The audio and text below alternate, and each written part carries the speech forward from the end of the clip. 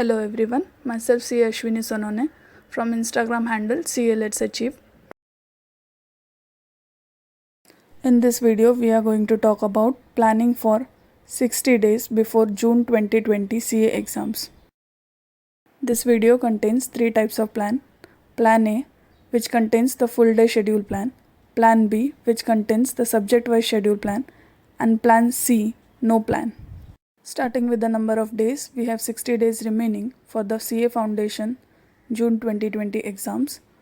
We have 4 main subjects and further they are subdivided into more parts. We have accounts, law, BCR, maths, LR, stats, eco, BCK, making a total of 8 subjects. So we have 60 days for 8 total subjects. This video can also be used as a reference for CA Inter old syllabus, new syllabus and CA Final old syllabus and new syllabus, as we are considering CA Foundation as an example in this case. So firstly, dividing the 60 days into slots of 8 days each, we have 7 slots and 4 days remaining. The last 4 days will be used for first paper preparation just before the exam. The first 4 slots to be used for 8 subjects, first reading completion and first revision. 60 days, yes, just 60 days. What all needs to be covered in the 60 days? Finishing the first reading, the first revision, second revision along with the RTP, past paper, mock papers and the final D-Day preparation. Finishing the first reading, finish what you have already started. Fix the books from which you want to prepare for your main exams. Institute's book is preferred, but if you have studied from any other author's book or class's book, then stick to it. Do not try to do any new topics from any new set of books in the last 60 days. First revision. Generally, the first revision will take more time. If you haven't studied a particular subject for a long time, it might take long to recall the concepts. Do not panic and keep studying. Revise from the same book from which you had initially studied the subject and revise it entirely. Practical subjects need to be solved. Do not just see the practical sums. It won't be recalled while solving the main exam. Second revision. The last 3 slots which we have of 8 days each will be used for the second revision. Therefore, we will have 3 days per subject, or you can do 2 subjects together and 6 days for 2 subjects. What all needs to be covered in the second revision? In the first revision, you would have made some short notes or underlined some important concepts. You would have understood which topics are easier for you and which topics you need to revise. You can keep a mark on that.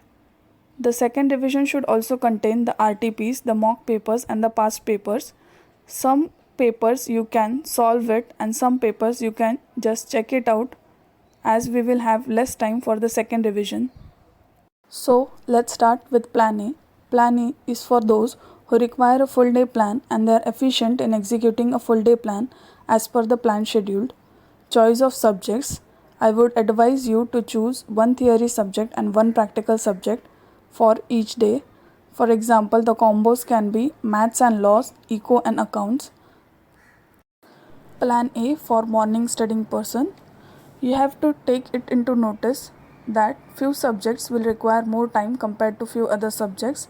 The smaller subjects like stats will require a lesser time and the bigger subjects like law will require more time. You need to adjust your subjects accordingly. So here is a sample for Plan A for a morning person whose first slot may begin from 7 am to 9:30 am with a theory subject, taking a break from 9:30 am to 11 am.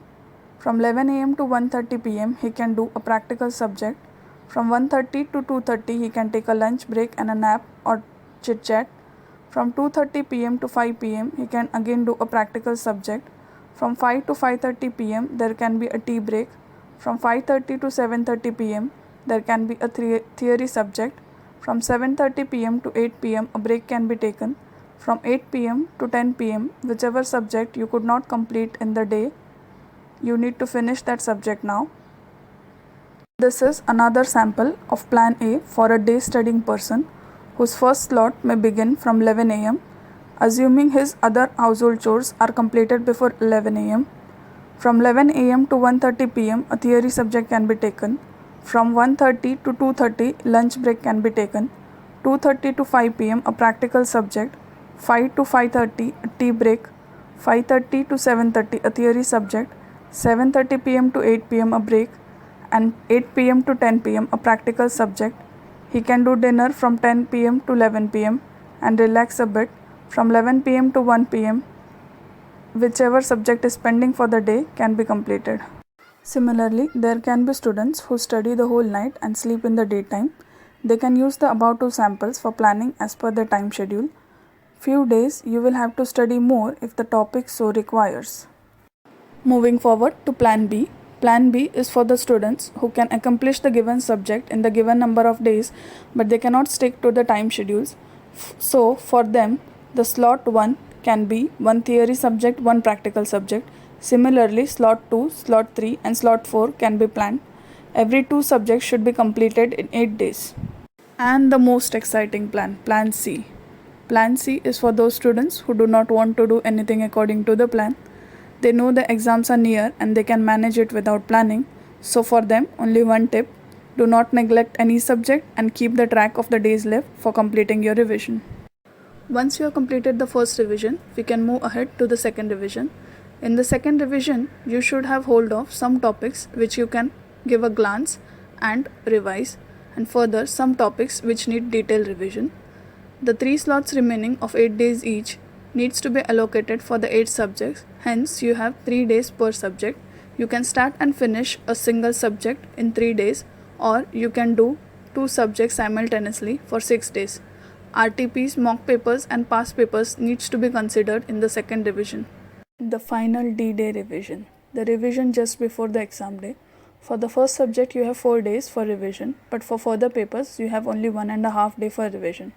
Once you are back from the first paper, you should get freshen up and start revising for the second paper without wasting any time. Try to cover maximum topics before your main exam day and glance a few. Don't let the previous paper affect your next paper. This is very crucial that every paper should be given equal importance and equal time and consideration. Thank you.